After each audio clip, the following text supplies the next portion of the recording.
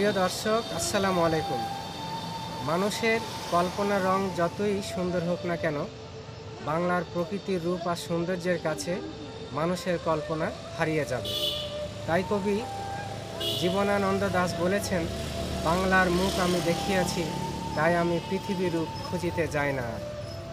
আজকে যে ফুলের বাগানে দাঁড়িয়ে আছি, এটি হচ্ছে চন্দ্রমল্লিকা ফুল। ইংরেজি নাম হচ্ছে ক্রিসেন্থিনাম। এর দুটি কালার এখানে আপাতত বাগানে আছে, একটি হচ্ছে হলুদ এবং হচ্ছে যে সাদা। তো আসুন দর্শক, ফুল কিভাবে আমাদের স্বাস্থ্যের উন্নতি ঘটায়। ফুল মানুষকে মানসিক শান্তি প্রশান্তি দেয়।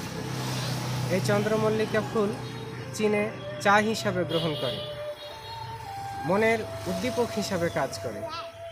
এই ফুল একদিকে অর্থকারী ফসল, অন্যদিকে পরিবেশ সুশোভিত করে। এই যেমন ল্যাভেন্ডার ফুল, ফুলের ঘ্রাণ মানুষকে ঘুমাতে সাহায্য করে, বাতাস পরিশুদ্ধ করে, মেন্টাল স্ট্রেস কমায়, ফুল দেওয়ার মাধ্যমে সম্পর্কের উন্নতি ঘটায়। তাই আসুন ফুলকে ভালোবাসি, ফুল বাড়ির উঠানে ফুলের চাষ করি এবং সুন্দর পরিবেশ গড়ে তুলি। প্রিয় দর্শক, আজকের মতো ফুল নিয়ে এখানেই শেষ করছি। আল্লাহ হাফেজ।